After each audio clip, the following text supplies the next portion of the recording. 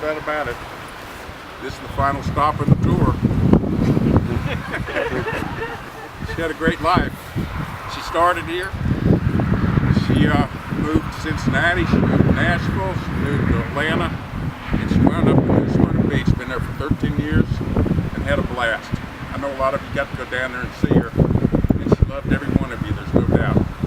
She loved everybody she knew. There's no doubt about that. Archie?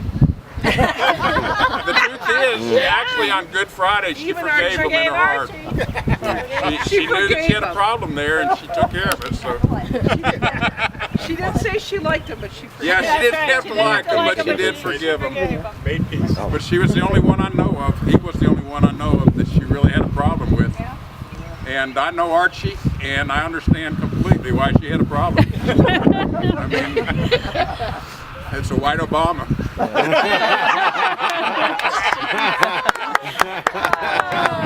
Just going on the news. She's in a place, I'll tell you, Marilyn was down there, she was excited about where she was going, and she told everybody she was going to be with Jesus. And that's where she is, and she's just waiting on the rest of us. So don't rush it, but know that she's waiting. So that's right. And she did give Dad a challenge. She said she went to 91. And she challenges you to go, and I said, well, that's good because we don't want to lose him too soon. So your challenge to go to 91, 92 would be fine too. I think she's the 3 digits would be fine. 3 digits would be fine too. Don't limit yourself. Don't stop there. Don't stop I was there. sorry that I missed her 90 and then told to see her at 100. That's right. That's right. Anyone else care to share an Estie's story? You know, I just want to say something about the last minutes with Estie. You want to come out here with us? I'm not going to cry. No. Yeah. Yes, you are. Liar.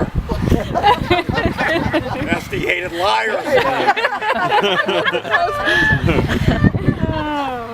She, you know, as Larry said, she was so ready to go.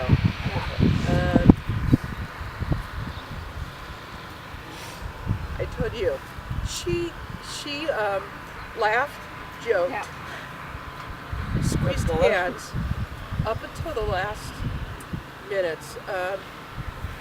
He had the greatest line. He said to her, hey, Estie, when you see Jesus, tell him I said hi. She laughed. Sis walked in the room and said, hey, Estie, Sis is here. She opened her eyes and winked at her, and everybody knows Estie's wink. That was her thing. Sis just said, thanks for winking.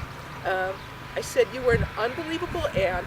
She squeezed my hand. I mean, she heard everything we said, acknowledged and laughed and talked to us. And then there was a moment where, I don't know, there were at least 7 or 8 of us there around the bed, and she started mouthing something. And we were kind of talking to each other, not so much talking to her. And I realized she was saying, let me go, let me go. And she kept saying it over, let me go, let me go, let me go. And I realized what she was saying, and I grabbed her hand. I said, Estie, we are not here to keep you here. Go. You know, we're here. We're here because we wanted to be here when you cross over, but nobody is standing here by the side of your bed trying to keep you here. Go, you know, so go. You know, so everybody started saying that. She heard everybody's voice say, go, go, go. And then the most amazing, you know, and you all believe what you believe about God, Jesus, yes, no, whatever. Life ever after, it all ends with the last breath. But her last audible words to us were, let me go, let me go. And then she was talking to somebody. She was talking to somebody. I mean, you looked at her and the mouth was moving. I don't know what you know, it wasn't coming out, but her lips were moving, and she clearly was having a conversation with someone. And what it was, I don't believe it was us anymore. No, but it wasn't. I don't know if Judge was there, Bush was there. They were all there. And then there was a couple that was there with us. It was beautiful. Her name was Terry. Estie had little circles. She had a circle at the little theater. She had a circle at the hospital where she worked. She had a circle at the library where she worked. She had a circle at the Pelicans. She had these circles of friends. There was one woman that was there. Her name was Terry. She happened to be in 3 of these circles. She was in her church. She was in the library. And I talked to her afterwards, and she told me that she had a lot of conversations with Estie about heaven and all this salvation, and they determined somewhere in this line that the perfect number was 7. Biblically, 7 is the number. Well, this woman had asked her, she said, will I really know that you're in heaven? And she told me that the day after Estie died, she came out of her condo and there were 7 pennies on the ground. Wow. Oh my gosh. Wow. So that was a sign. That's a sign. That was a sad part. I want to leave you with a good part because she will be very angry with me if I don't. So the night before, and I think you all saw it if you got the email or saw the post on Facebook, she gave her last leg shot. Laid in her hospice bed, partying, laughing. I mean, there was one point where we were playing music and laughing and dancing so loud that I thought, oh my God, every other room in this place there's someone dying too. And they're all quiet, and you don't even know there's people in the room, and we're making all this noise.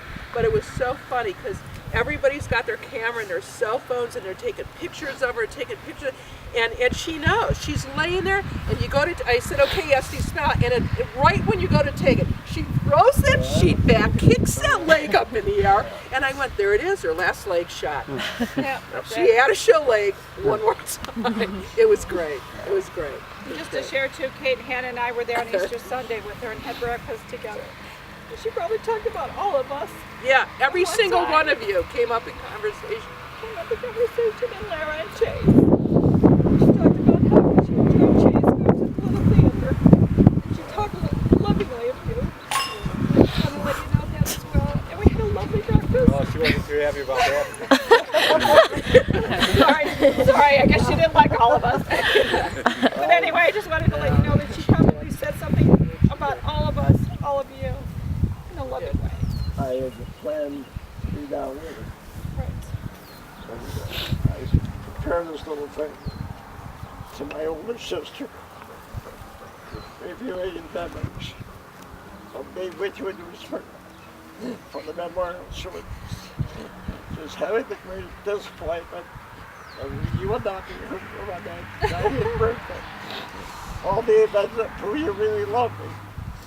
Locking me out of court because you didn't have enough money for both of us to attend the movie at the New Victory show. After dragging me home by my barely touching the ground, I know you loved me because the next day you brought the all day sucker. At the time you locked me up inside and being curled up in the attic. I wouldn't come down. And then, of course, you and Bob really loved me, but you volunteered for me to go close to Boston down in the cemetery with Josh and go live with you. How you and I would go to New Victory on Thursday, mystery night, and sing the vampire with Bela Lugosi. And the scene with the woman, the female vampire at the cemetery gate with my St. Mary's gate. And you would send me ahead. She was standing by the gate. Send the baby ahead. Yeah. You came a long way for a Polish girl, raised her in the Depression. You're lucky to have great parents who provide us with the best they could. Remember your village theater? Oh, that's right. Your acting roles at Notre Dame School for Girls. You getting me hired at the City of Boat Works. The time Lori and I spent with you in Georgia, near Myrtle Beach, and you visited with our family in Cleveland, Medina. I know Bob talked to you more than I did. Also know that you knew I thought of you and loved you, not only as a sister, but also as a competent independent. I regret being able not to talk or visit with you, but deep in my heart, remember, you will always be Estie. Very nice. Very nice. Anyone else want to say any words?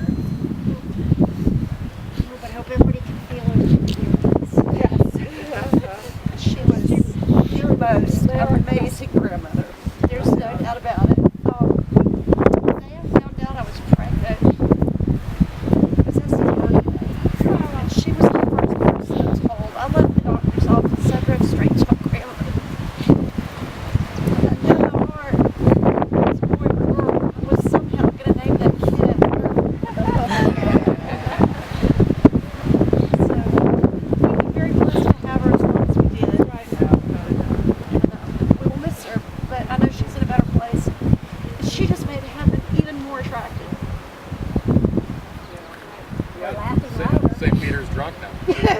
He's